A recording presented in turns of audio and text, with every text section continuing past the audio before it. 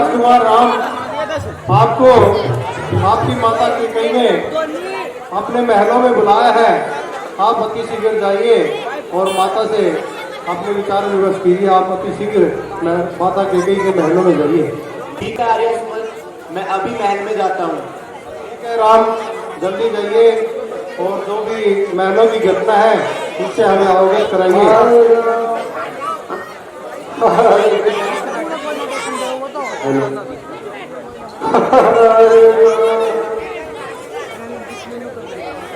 पिताश्री प्रणाम, माता प्रणाम। है ये क्या?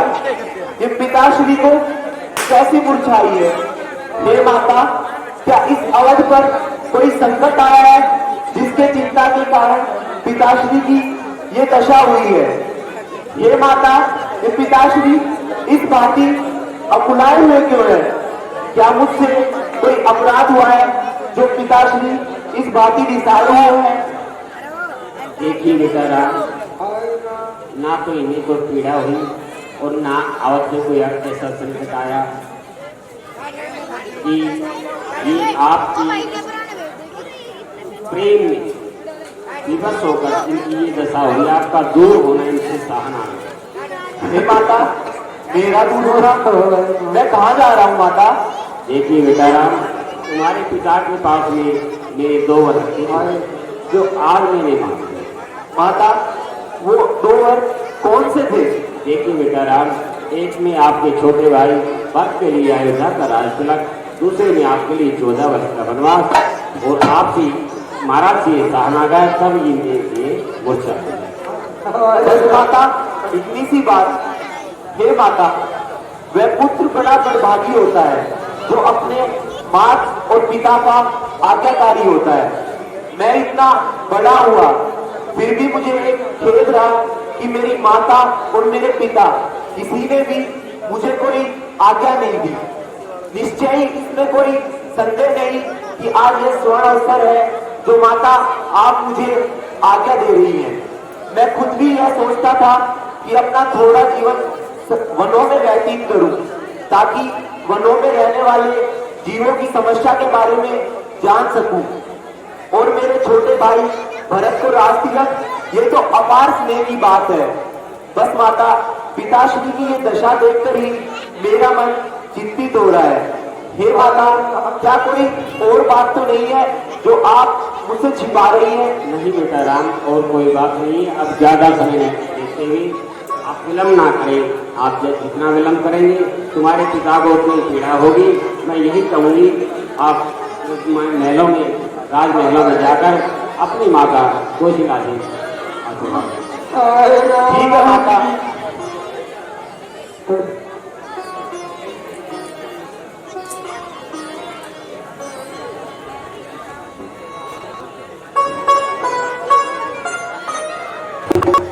प्रणाम माता।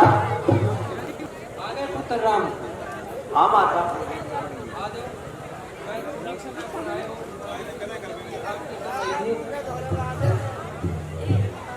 अभी विष्णु जी की आरती कर रही थी, ठीक समय पर आए हो। लो मैं तुम्हें टीका लगा देती हूँ। आ जाओ, बैठो, आसन ग्रहण करो, मैं तुम्हारे लिए प्रसाद लेके आती हूँ। हे माता, माफ कीजिएगा, मैं आसन पर नहीं बैठ सकता।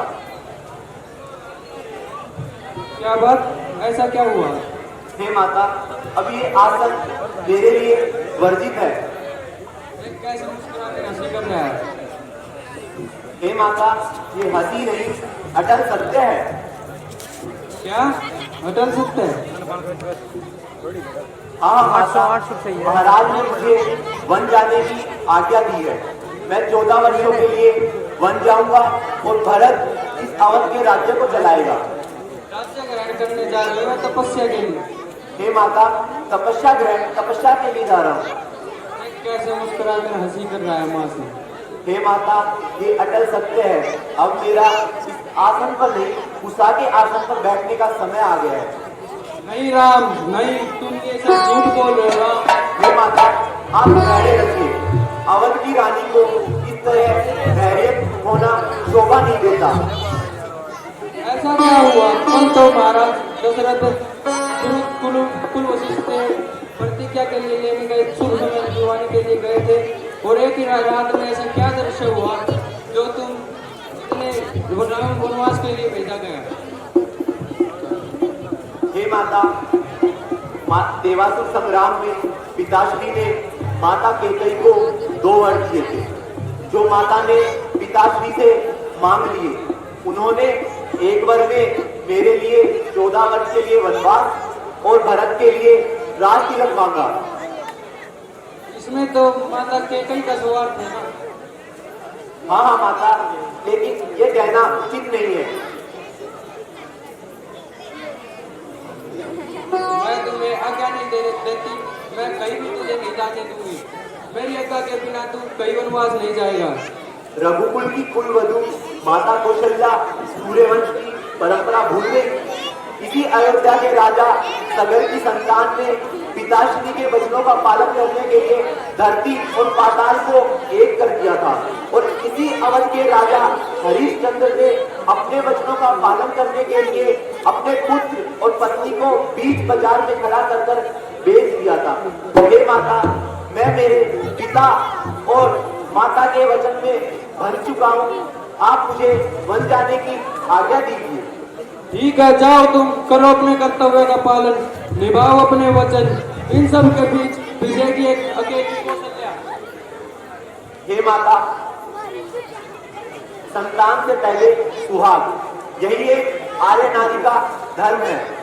पति के परित्याग के बारे में सोचना भी नारी के लिए निंदनीय है।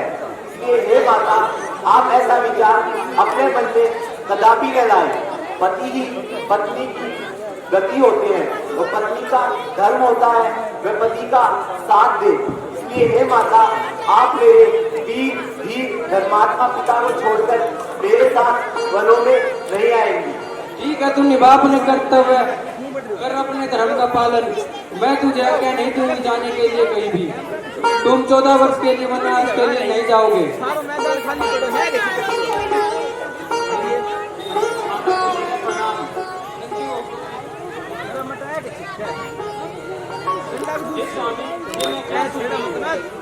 आप 14 वर्ष के लिए वनवास जा रहे हैं? हाँ हाँ देवी, आप बिल्कुल सत्य सुन रही है।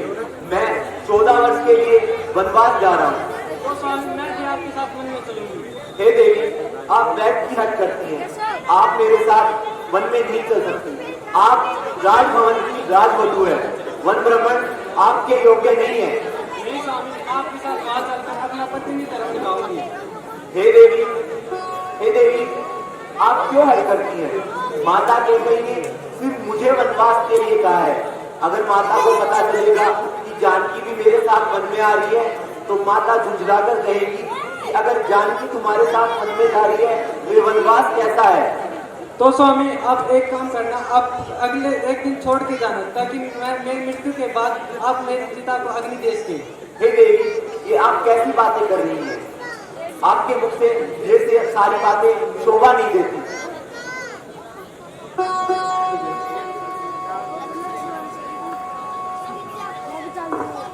बात वो अपने रघुकुल की रीति नीति अभी तो मेरे को सिखा रहा था कि पति वर्त लेके जाओ सीता को तुम भी साथ।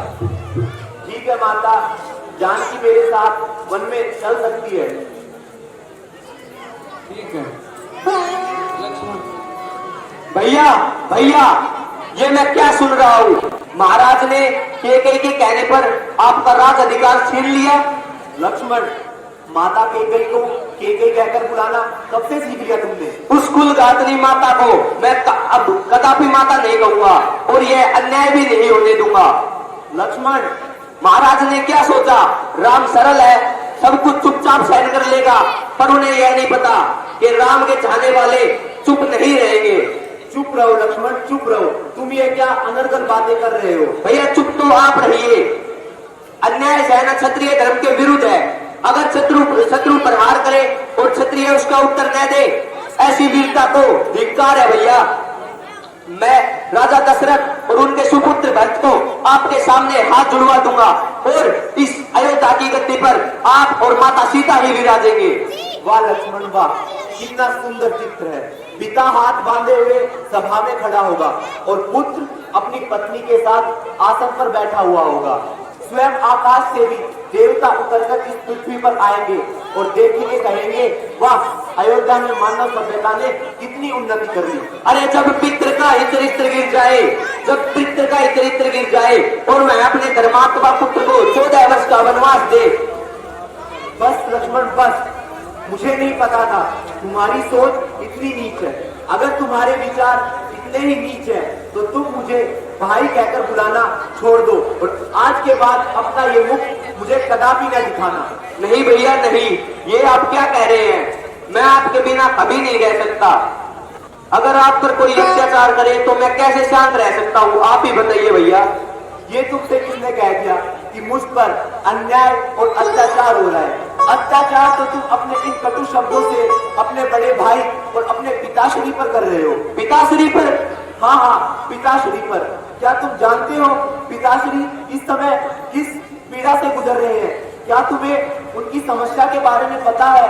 उन जैसा धीर, वीर और धर्मात्मा पिता किस संकट में फंसा हुआ है। जो स्त्री मोह में फंसेगा उसकी ऐसी ही दशा होती है भैया। बस करो लक्ष्मण, बस करो। उनका संकट स्त्री मोह नहीं, उनका संकट धर्म है। हाँ, धर्म। एक सत्यवादी राजा का धर्म एक पिता के धर्म से टकरा रहा है। वह सत्य का पालन करे या पिता का धर्म निभाए, बस यही बात उनके दुख का कारण है। एक राजा ने किसी को वचन दिया, जो मांगोगे वह मिलेगा, और मांगने वाले ने उनसे उनके प्रिय पुत्र का बलिदान मांग लिया। यदि वह अपने वचन को तोड़ते हैं तो न केवल उनकी अपितु समस्त कुल की कीर्ति को कलंकित करेंगे, और वह अपने वचन का पालन करते हैं तो अपने प्रिय पुत्र, जिसके बिना वह एक क्षण भी नहीं रह सकते, उसे 14 वर्ष के लिए वन में जाना भेजना पड़ेगा। लक्ष्मण, तुम पिताश्री की पीड़ा क्यों नहीं समझते?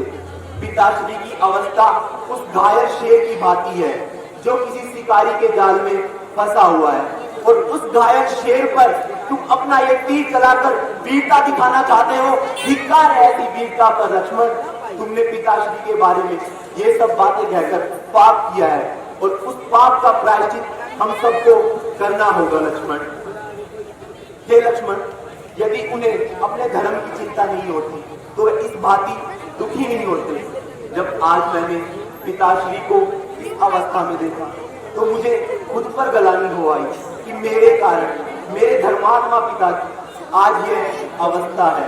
हे लक्ष्मण, हम और तुम बड़े भाग्यशाली हैं जो हमें महाराज दशरथ जैसा महान धर्मात्मा पिता मिला है। वह मनुष्य जिसका पिता दुराचारी होता है, संसार के द्वारा त्यागा हुआ होता है, उस पुत्र को भी अपने पिता को भगवान की भांति पूजना चाहिए, क्योंकि पिता ही मनुष्य का प्राणदाता होता है। हे लक्ष्मण, जो पुत्र अपने पिता की भक्ति नहीं करते, देवता तो क्या भगवान भी उनकी पूजा को स्वीकार नहीं करते हैं। हे भैया, मुझे क्षमा कर दीजिए, मुझसे जाने अनजाने में बहुत बड़ी भूल हो गई। मैंने पता नहीं क्या क्या पिताश्री को जाने अनजाने में कह दिया। मुझे माफ कर दीजिए भैया, मुझे माफ कर दीजिए। हे लक्ष्मण, तुम्हें अपनी गलती का आभास हो गया, यही बहुत बड़ी बात है। यदि अगर सुबह का भूला हुआ शाम को घर वापस आ जाए तो उसे भूला हुआ नहीं कहते। तो भैया, क्या आपने अकेले जाने का ही विचार किया है वन में? नहीं भाई, जानकी भी मेरे साथ वन में जा रही है। और आपका यह सेवक? हे लक्ष्मण, तुम अभी अबोध बालक, तुम्हारे योग्य वन भ्रमण नहीं है, इसलिए तुम यही राजभवन में रहो। नहीं भैया, आपका यह उपदेश बड़ा ही हितकारी है, पर राम के बिना लक्ष्मण का अयोध्या में रहना बहुत ही भारी है। मैंने अपना भाई, बंधु, सखा, रक्षक सब कुछ आपको ही माना है भैया, इसलिए मुझे भी अपने साथ वनों में ले चलिए भैया। मैं आपके बिना यहाँ नहीं रह सकता। हे लक्ष्मण, मैं तुम्हारी भावना का आदर करता हूँ, किंतु तुम भी भाई मेरी विधा को समझो। मैं वचन में बंधा हुआ हूँ, क्योंकि कैकेयी माता ने ये नहीं कहा कि लक्ष्मण भी वन में जाएगा। यदि माता को पता चलेगा कि जानकी के साथ साथ तुम भी मेरे साथ वन में आ रहे हो तो माता झुंझलाएंगी, कहेंगी ये वनवास नहीं, ये तो वन विहार है। भैया मैंने आपके बिना जीने की कल्पना भी नहीं की है भैया, कृपया करके मुझे भी अपने साथ ले चलिए। हे लक्ष्मण, तुम क्यों वह हट करते हो भाई? नहीं भैया, मुझे भी आपके साथ वनों में ले चलिए। हे भाई, तुम यहीं पे रहो। भरत और शत्रुघ्न मामा के यहाँ पे गए हुए हैं और मेरे पीछे से तुम इस अवध का ख्याल रखना और पिताश्री की देखभाल करना। भाई रे साथ चलो बहने में हो, भाई रे साथ चलो बहने में हो, भाई रे साथ चलो बहने में। बात कही ने जुल्म कमाया, बात कही ने जुल्म कमाया, भाई तुमको वन भिजवाया, भाई तुमको वन भिजवाया। बाकी रखो न तन में, भाई रे साथ चलूंगा बहने में हो। माता, आपकी आज्ञा अनुसार मैंने माता कौशल्या से वन जाने के लिए आज्ञा ले ली है। अब मुझे विदा कीजिए। अच्छी बात बेटे राम, आप ज्यादा विलंब ना करें और अपने पिता के वचनों का पालन करें। और देखिए बेटा राम, ये जासवी वस्त्र उतारे और ये राम वनों को जाता रे माता, राम वनों को जाता रे माता, राम वनों को जाता रे माता। ये माता बने वस्त्र आभूषण, ये मेरी माता अपने वस्त्र आभूषण, शीश झुकावा और माथा रे माता, शीश झुकावा और माथा रे माता। राम वनों को जाता रे माता, राम वनों को जाता रे माता। ये लेरी माता के कानों के कुंडल, ये लेरी माता अपने कानों के कुंडल, और सहा नहीं जाता रे माता, और सहा नहीं जाता रे माता। राम वनों को जाता रे माता, जीते रहे तो माता फिर मिलांगे, जीते रहे तो माता फिर मिलांगे। काल सभी को खाता रे माता, काल सभी को खाता रे माता। राम वनों को जाता रे माता, राम वनों को जाता रे माता। देखिए बेटा राम, आप ज्यादा विलंब न करें और तुम्हारे पिता के वचनों का पालन करें। ठीक है माता, आज्ञा दीजिए। हे पिताश्री, आज्ञा दीजिए।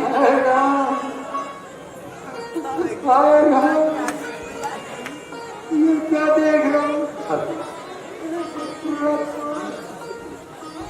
क्या तुम भी साथ जा रहे हो? हाँ पिताश्री। जनक की लाही, महाराजा जनक को क्या जवाब दूंगा?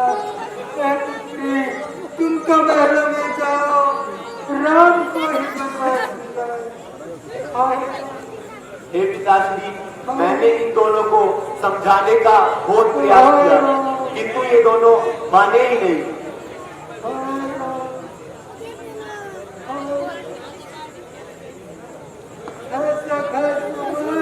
है राजन, बताइए क्या आज्ञा है? एक ही पुत्री जीते, आप तो राजघराने की पुत्र वधू हैं, मैं आपको इजाजत नहीं दे सकती।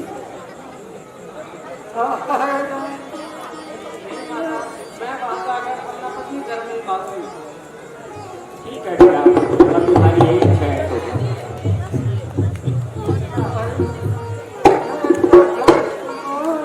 राजन।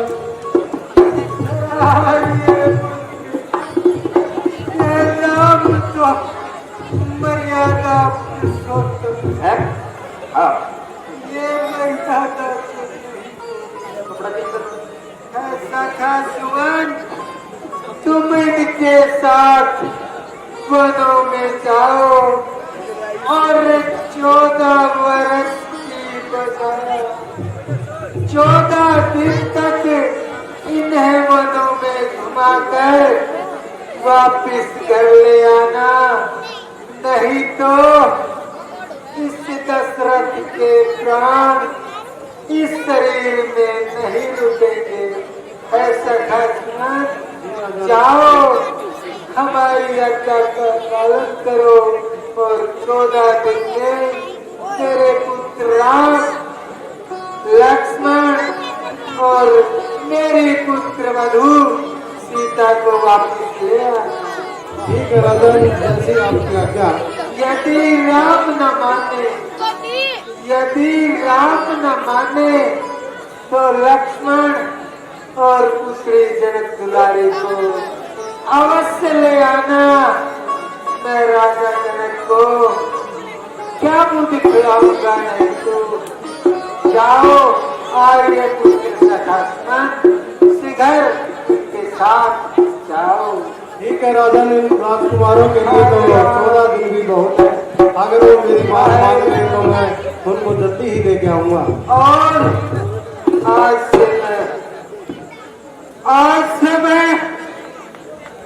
से इसके कई का परित्याग करता हूँ। अपने जीवन में कभी इनके महलों में प्रस्थान नहीं करूंगा। पहले सोता होता राजन। हाय राम, हाय राम, हाय राम। जानते के अनुसार उन्होंने मुझे आज्ञा दी थी कि हे सुमन, मेरे राम को, मेरी पुत्री सीता को और मेरे युवराज लक्ष्मण को वापिस ले आना। तो हे राम, मैं आपसे प्रार्थना करता हूँ, आपके राज्य का एक सीनियर मंत्री, एक बुजुर्ग मंत्री होने के नाते महाराज की आज्ञा का मुझे पालन करना है। तो हे राम, आप मेरे साथ अयोध्या वापिस चलिए। हे आर्य सुमन, देखिए मैं आपके साथ अयोध्या वापस नहीं चल सकता, क्योंकि मैं माता और पिता के वचनों में बंधा हुआ हूँ। मैंने उन्हें वचन दिया था कि मैं अपने जीवन के 14 वर्ष वनों में व्यतीत करूंगा। और आप क्या रघुकुल की रीत भूल गई कि एक रघुवंशी क्षत्रिय अपने वचन को पूरा करने के लिए अपने प्राणों को भी न्यौछावर कर देता है। इसलिए मैं आपके साथ नहीं चल सकता। ठीक है राम, तुम नहीं चल सकते तो हे पुत्री सीता, तुम मेरे साथ चलो, ताकि मैं राजा को कह सकूं कि मैं सीता को वापस ले आया। हे आगे सुमन, देखिए मैं आपको अपने पिता के समान मानती हूँ, पर मैं आपकी इस आज्ञा का पालन नहीं कर सकती, मुझे क्षमा कीजिए। मैं अपने पति के साथ वन में जाऊंगा। तुम सीता, तुम्हारी बात भी सही है, लेकिन मैं तो विवश हूँ। मैं हे लक्ष्मण, तुम ही मेरे साथ चलो, ताकि मैं महाराज को कह सकूं कि मैं आपकी आज्ञा, मैंने पूरा जीवन आपकी आज्ञा में व्यतीत किया है। तो लक्ष्मण, तुम ही मेरे साथ चलो। हे आर्य सुमन, आप चाहिए अयोध्या वापस जाइए और उस भरत का हीरा तिलक कर दीजिए। हे लक्ष्मण, इसमें मेरा क्या दोष है? मैं राज तिलक करने वाला कौन होता हूँ? हे आर्य सुमन, मुझे क्षमा करें, आप मेरे पिता तुल्य हैं। अगर मैंने आपसे कुछ गलत कहा हो तो मुझे क्षमा कर दीजिए। ठीक है लक्ष्मण, मेरे भाग्य में तो यही था। आज तक मैंने अपना पूरा जीवन महाराज दशरथ की सेवा में लगा दिया, और आज इस लास्ट समय में, इस आखिरी समय में मेरे जीवन में एक दाग लगने वाला है महाराज की तरफ से कि हे सुमन, आपने मेरी आज्ञा का पालन नहीं किया। तो मैं, आप धैर्य रखिए। हे राम, धैर्य रखने का तो सवाल ही नहीं उठता। जिसके जीवन में दाग लगता है उसी को पता लगता है कि अगर अपने महाराज की आज्ञा का अगर पालन नहीं होता है तो उसका जीवन व्यर्थ हो जाता है। तो आपकी यही इच्छा है तो मैं अयोध्या जाता हूँ, अपना ये महाराज के सामने कैसे दिखाऊंगा और आप अपने वचन का पालन कीजिए। जय श्री राम।